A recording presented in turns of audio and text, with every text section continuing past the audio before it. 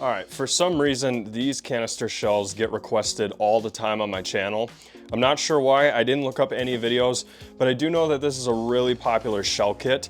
And I think that's because, judging by the name, there's a lot of ghost effects within this kit, which we're gonna take a look at. We're gonna look at all 24 shells today and get them fused up in a rack. Anyway, these are the 5-inch maximum load ultimate ghost canister shells by Raccoon Fireworks, and they're called GHOSTACULAR. Now this 24 kit of canister shells cost me 140 bucks. We're gonna take a look at some of these specs here on the back. So obviously the volume level there is loud. 60 grams, we're gonna expect that from now on if they're 5-inch cans. 24 shots, so 24 shells. 180-second duration. I kind of disagree with that. To get that duration, you would have to be lighting these one at a time. Like you load one into the tube, light it, give it a few seconds to cool off, load another one in. We use mortar racks, so it's gonna go much quicker than that. If I had to guess, probably somewhere around 42 seconds is usually what I get on a 24 kit fused. Display direction is straight up, and you've got all the colors on the rainbow here. Additionally, we've got some QR codes here. We don't care about any of that because we're gonna be looking at these shells today. And we've got some effect photos here. Now, I'm noticing that these look like rings. Maybe not that one, but this looks like a crackling ring, and that is definitely like a red peony ring. So I didn't actually know there were ring effects in here, but we've got the whole list of 24 effects right there. So let's just go through these one at a time. So it looks like we have silver chrysanthemum ring, red green with crackles ring, red lace, red coconut ghost ring. That should be interesting.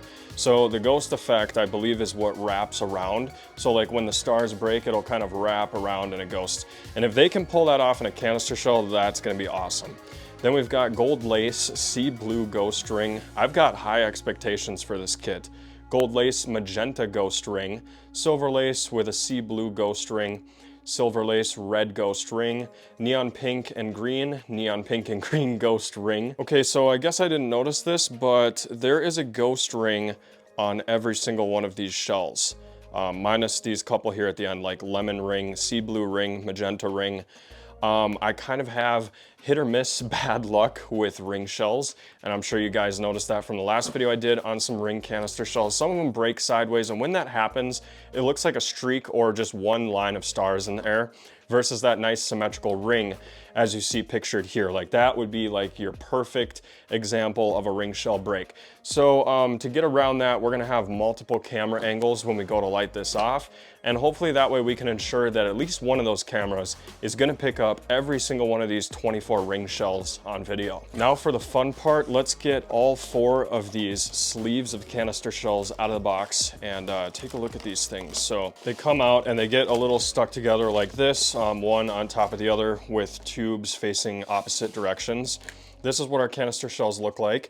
And this is a prime example of what you should see on all consumer fireworks shell kits. Now I know that not every single one of them is like this, but this is what they need to start doing with the number and the effect listed on the shell. This way, when I fuse them up in a rack and then film them, you guys can reference these shells as they're going off in the air, 1 through 24.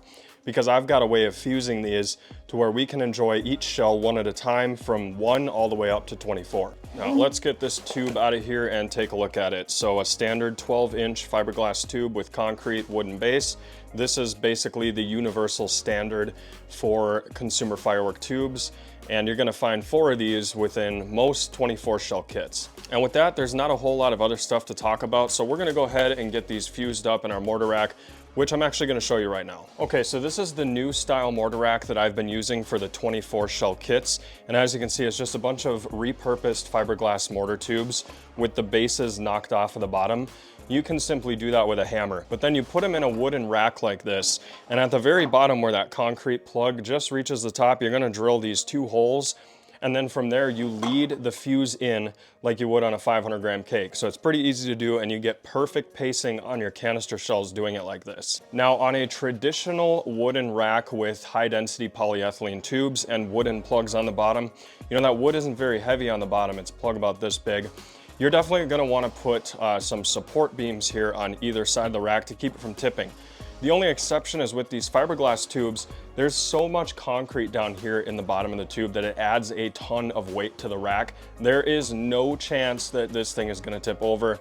We haven't had any issues with one, and we've been using these for a long time. Now, I will give you a brief example on how you load these canister shells into the rack, because it isn't the traditional way where you fuse them on the top and you lead every single one with the fuse it comes with. We actually remove this fuse altogether, and if I can get it in one pull here, just like that. So you'll notice it tears right down to the bottom here, and this is where you will find the lift cup, where we actually remove it and dump the lift into the tube. Now, just as an example, you can see I wrote start here on this side of the rack, and this is just to let me know that this is where I'm gonna load shell 1, and then we're gonna continue that way 2, 3, 4, 5, all the way to 12, and then we reverse it down the other way for the next set of 12 shells. So this is shell 1, and there's our lift charge, and we just dump it right into that tube and drop the shell in there like that. And our fuses down here are actually what's going to ignite that black powder and send those shells up into the air. What we get here is perfect timing on when the shell is going to leave this tube. Now, of course, we cannot control the time fuse within the canister shell itself, but this is entirely in our control by just eliminating this delayed fuse right here that sometimes can be 2 to 3 seconds off when you fuse them on the top. And then you'll get like 2 to 3 shells firing at once, and it just looks sloppy and ugly. Whereas this way, yeah, it takes a little bit more time, but then if you're using them in shows, you get much better pace, because we do know the exact length that we cut every one of these fuses to, and we know the distance from one hole to the next within these tubes, so we can very easily tell what time the next shell is going to leave the tube. And with these, it's about 2.5 seconds, maybe just a tad bit less. I can't really remember the exact timing on this fuse, but each one of these is cut to about 3 inches, and we've got about 1.5 inches exposed here between each tube, so that timing for each shell is going to be perfect. So I'm going to continue to get the remaining 23 shells loaded up, and then we're going to shoot this off again with multiple camera angles, so hopefully we do capture all of those ghost ring effects. I think that's going to be really cool if they can pull that off in consumer fireworks.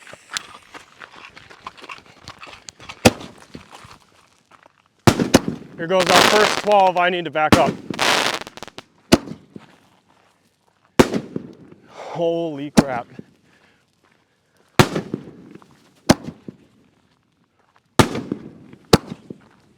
I should have got further back. Thank God we have 2 camera angles.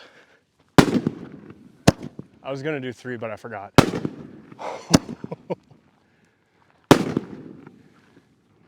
You can really see that moon up there.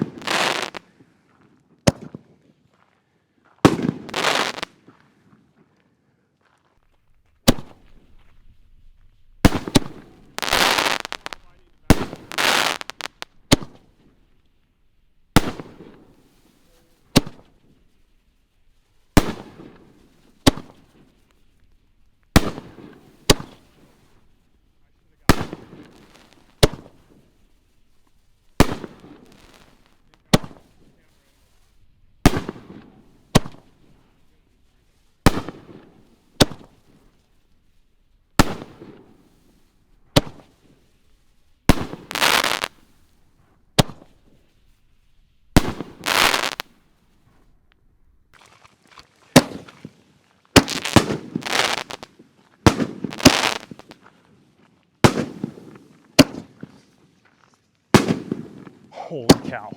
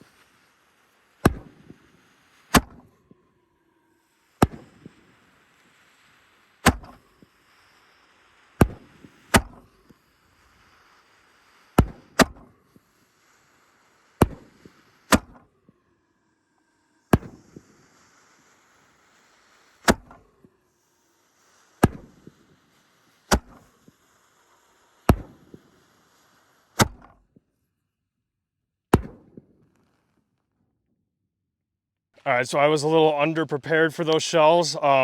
It was kind of hard to see if there were ghost effects with the moon, but we have 3 other camera angles.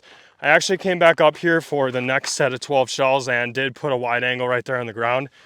But as you can see, all 24 shells went off. Hope you guys enjoyed, and we'll see you next time.